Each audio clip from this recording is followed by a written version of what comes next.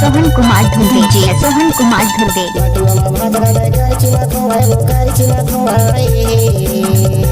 झगड़ा हो एक जना भी करता एक जना पर छिमा सो है वो गुटका वाली हाय कैसे कैसे होते या बंदारी गुटका वाली हाय कैसे कैसे होते या बंदारी जरदा तमाकू काड़ा होएगे चूना आई रे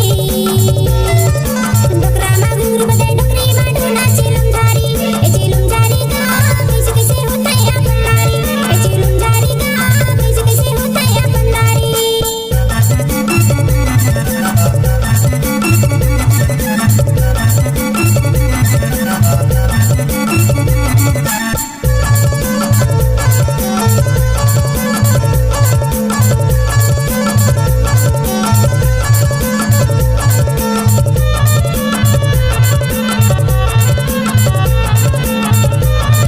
डीजे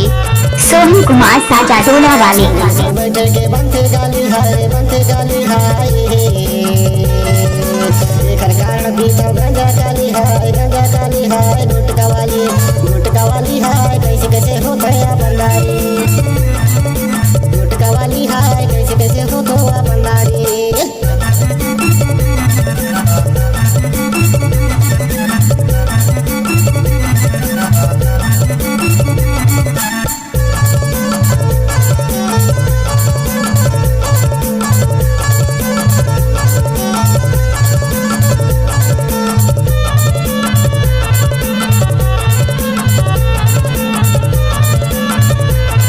डीजे सोहन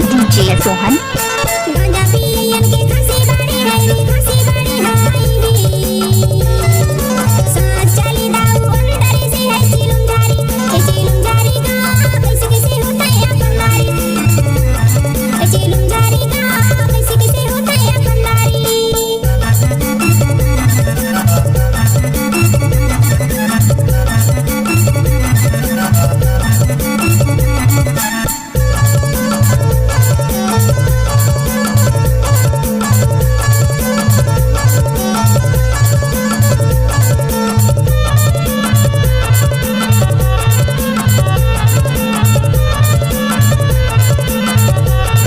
SK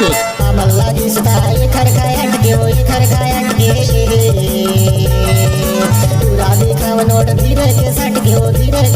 वो गुटका वाली हाय कैसे कैसे हो तो बंदारी गुटका वाली हाय कैसे कैसे हो तो बंदारी बटुआ में भादरा में कर चुमा खोए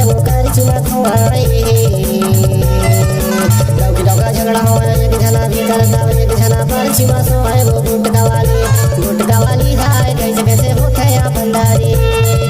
गुटका वाली हाय कैसे कैसे होते या बंदारी जरदा तमाकू काड़ा